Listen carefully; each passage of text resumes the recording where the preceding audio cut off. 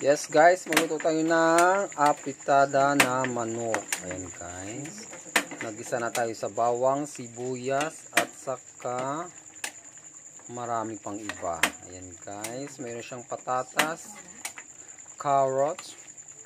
Ayan, patatas, carrots guys at saka bell pepper. Ayan guys. O diba? Yan guys ang manok na apitada. Ayan.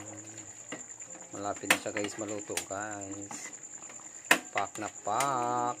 Palak. Ayan guys. Namit guys. Ayan. Basi gusto nyo mag-order.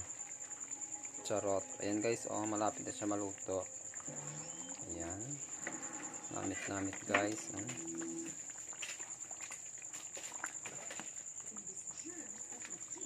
Enjoy watching guys. Ayan guys ang aton nga apitada na manok.